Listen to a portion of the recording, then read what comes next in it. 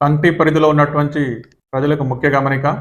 కంటి, కల్హేర్, సిర్గాపూర్ పోలీస్ పరిధిలో కొందరు దళారులు, అదేవిధంగా కొంతమంది రైతులు కలిసి హైదరాబాద్ నుండి కొంతమందిని రప్పించి భూములు కొనేవారిని తక్కువ రేటుకు వస్తుందని చెప్పేసి 4 లక్షలు, 6 లక్షలు, 8 లక్షలు, 10, 12 లక్షలకి ఇట్లా ఈ విధంగా వస్తున్నాయి, తక్కువ రేటుకు వస్తున్నాయి అని చెప్పేసి తీసుకొచ్చి ఇక్కడ రోడ్డు పక్కనే ఉన్నది, తక్కువ ధరకు వస్తుంది, మళ్ళీ మీరు వెళ్తే వేరే వాళ్ళు తీసుకుంటారని చెప్పేసి వాళ్ళని తొందర పెట్టి ఇమీడియట్గా వాళ్ళని డబ్బులు కొనే విధంగా చేసి వాళ్ళను అగ్రిమెంట్ చేసుకునే విధంగా చేసి రోడ్డు పక్కనే ఉందండి, ఎక్కడో గుట్టల దగ్గర ఉంటుంది, ఎక్కడో లోయలల్లో ప్రాజెక్టుల కింద పోయిన భూముల పాస్బుక్లను పెట్టి ఈ రోడ్డు పక్కనే ఉందని చూపించి వాళ్ళను నమ్మించి కొనేటట్టు చేసి వాళ్ళకు 25% అగ్రిమెంట్ తీసుకుంటారు. అగ్రిమెంట్ చేసుకున్న తర్వాత అది తీరా ఎంక్వైరీ చేస్తే అది ఎక్కడో గుట్టలలో లోయలలో ఉంటుంది. దయచేసి భూములు కొనేవారు ముందుగా వెరిఫై చేసుకోవాలి.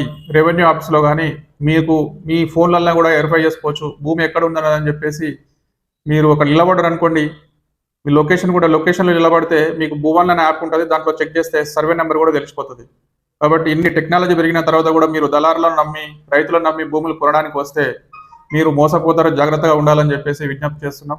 అదేవిధంగా కొంతమంది రైతులకు వాళ్ళకి అమ్మే ఉద్దేశం లేకుండా ఈ దళారులు కొంతమంది వాళ్ళను ఏదో మాయమాటలు చెప్పి మీరు సంతకం పెట్టండి, కొన్ని డబ్బులు ఇచ్చేస్తాం సరిపోతుంది, తర్వాత మేమే చూసుకుంటామని చెప్తారు. చెప్పి వాళ్ళ దగ్గర కొనేవారి దగ్గర అగ్రిమెంట్ తీసుకుంటారు. అగ్రిమెంట్ చేసుకున్న తర్వాత అందులో అమౌంట్ వాళ్ళకు 10% కూడా ఇవ్వరు. రైతులకు 10% కూడా ఇవ్వకుండా కొంత డబ్బు ముట్ట చెప్పి వాళ్ళని పక్కకు పెట్టించి దళారులే పోయి రిజిస్ట్రేషన్ చేయమని చెప్తే రిజిస్ట్రేషన్ ఎప్పుడు చేస్తారని అడుగుతూ ఉంటే పోస్ట్ పోన్ చేసుకుంటా ఉంటా ఇబ్బందులకు గురి చేస్తారు. సో ఇదొక రకంగా మోసం చేస్తున్నారు. గతంలో కల్హేర్, కంకి, సిర్గాపూర్ పిఎస్లలో కూడా 3 పిఎస్లో కేసులు నమోదైనవి. ఇట్లా మోసం గురి చేసి చాలా మందిని ఇబ్బందులకు గురి చేస్తే కొంతమంది దళారుల మీద, అదేవిధంగా రైతుల మీద కూడా కేసులు నమోదైనాయి. రైతులు ఇబ్బందులు పాలు కావద్దు, ఇబ్బందులు పడతారు. ఇట్లాంటి మోసాల మీరు సంతకాలు చేస్తే జాగ్రత్తగా ఉండాలని చెప్పేసి మేము కోరుతున్నాం.